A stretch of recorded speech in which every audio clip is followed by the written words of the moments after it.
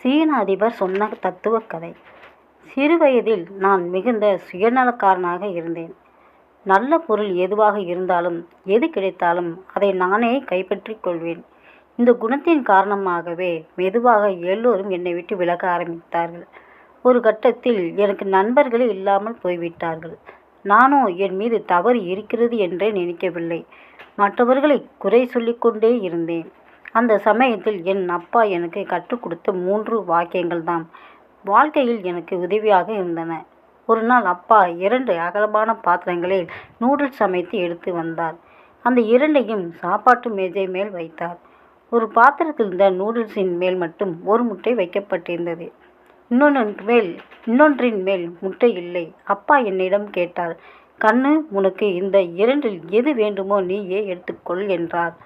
அந்த நாள்களில் முட்டை கிடைப்பது அரிதாக இருந்தது.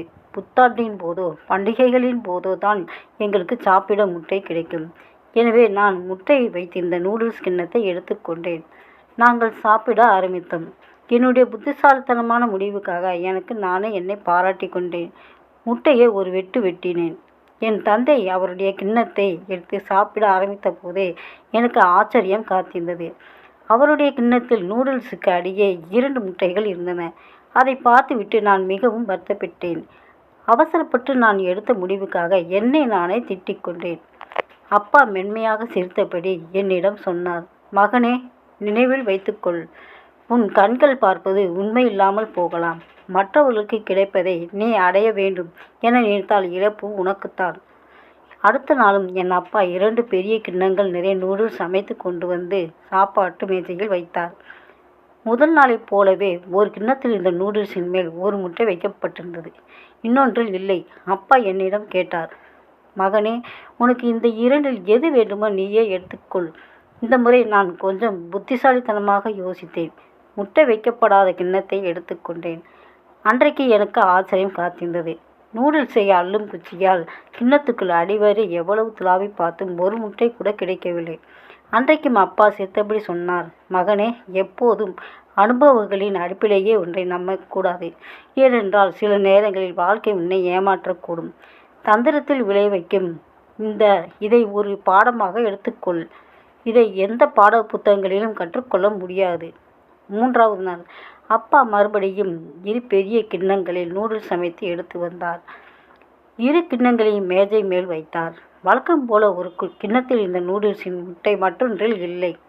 அப்பா கேட்டார், மகனே, நீயே தேர்ந்தெடுத்துக்கொள். உனக்கு இவற்றில் எது வேண்டும்?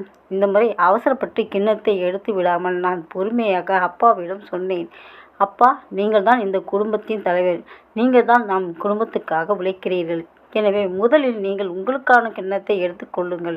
மற்றதை நான் எடுத்துக்கொள்கிறேன் என்றேன். அப்பா என் கோரிக்கையை நிராகரிக்கவில்லை. முட்டை இருந்த நூடுல்ஸ் கிண்ணத்தை எடுத்துக்கொண்டார். நான் எனக்கான நூடுல்ஸை சாப்பிட ஆரம்பித்தேன். நிச்சயமாக இந்த பாத்திரத்தில் முட்டை இருக்காது என்றுதான் நினைத்தேன். அன்றைக்கும் எனக்கு ஆச்சரியம் காத்திருந்தது. கிண்ணத்தின் அடியில் 2 முட்டைகள் இருந்தன. அப்பா கண்களில் அன்பு கனிய என்னை பார்த்தார். பிறகு புன்முறுவலோடு சொன்னார், மகனே, நினைவில் வைத்துக்கொள், மற்றவர்களுக்கு நீ நல்லது நினைக்கும் போதெல்லாம் உனக்கும் நல்லதே நடக்கும். அப்பா சொன்ன இந்த 3 வாசகங்களை, வாழ்க்கை பாடங்களை எப்போதும் நான் நினைவில் வைத்திருக்கிறேன். அதன்படிதான் நான் செயலாற்றுகிறேன். உண்மையை சொல்ல போனால் நான் வெற்றி பெற்று கொண்டிருக்கிறேன்.